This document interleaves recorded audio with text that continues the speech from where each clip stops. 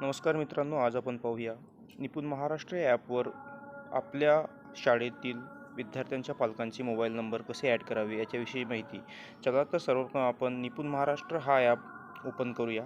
आपल्या मोबाईलमध्ये असलेला निपुण महाराष्ट्र हा ॲप ओपन करूया. जर आपल्या मोबाईलमध्ये निपुण महाराष्ट्र हा ॲप नसेल तर तो प्ले स्टोरवरून डाउनलोड करून त्याला लॉग इन करा.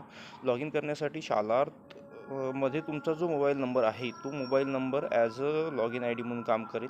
जर शालार्थमध्ये तुमचा मोबाईल नंबर अपडेट नसेल तर तुम्ही मात्र आपल्या शालार्थमध्ये नंबर अपडेट करून घ्या आणि DDO2 वरून तो नंबर अप्रूव्ह करून घ्या. एकदा अप्रूव्ह झाल्यानंतर तुम्हाला निपुण महाराष्ट्र या ॲपमध्ये लॉग इन करता येईल.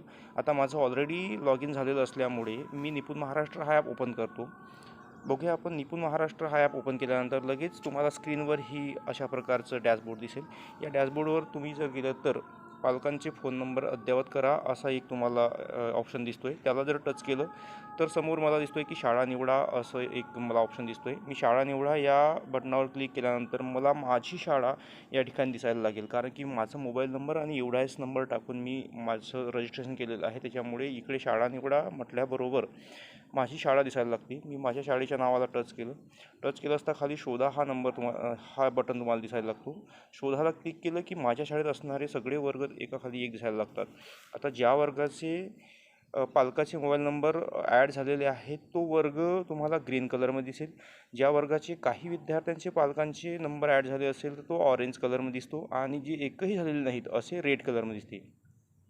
आता मला माझ्या वर्गाचं पालकाचे मोबाईल नंबर टाकायचे असल्यामुळे माझा वर्ग निवडतो. उदाहरण माझ्याकडे 5वा वर्ग आहे, तर 5व्या वर्गाचे विद्यार्थ्यांचे पालकांचे नंबर टाकायचे. मी 5वा वर्गाला टच केल्याबरोबर 5व्या वर्गातील विद्यार्थ्यांची लिस्ट मला दिसायला लागेल. मला ज्या विद्यार्थ्याचं पालकाचा मोबाईल नंबर ॲड करायचा आहे मी तो विद्यार्थी त्या लिस्टमधून सिलेक्ट करून घेतो आहे.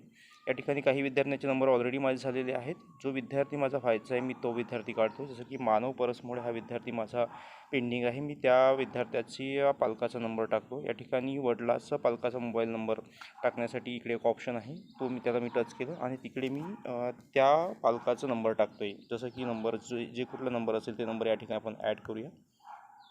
त्यानंतर त्याच विद्यार्थ्याच्या आईचा नंबर टाकण्यासाठी आपल्याला इकडे एक बॉक्स दिसतो आहे. जर आईकडे नंबर असेल स्वतंत्र तर आईचा नंबर टाका. एकच नंबर घरी असेल तर तोच नंबर तुम्ही रिपीट करू शकता. आता माझे आईचे आणि वडिलांचे दोन्ही नंबर मी टाकले. माझ्याकडे 2 स्वतंत्र नंबर नव्हते, एकच नंबर असल्यामुळे मी तो एकच नंबर रिपीट टाकला. जर त्या विद्यार्थ्याच्या पालकाकडे मोबाईल नंबर नसेल तर पालकाकडे मोबाईल फोन नाही हा ऑप्शन तुम्ही निवडू शकता.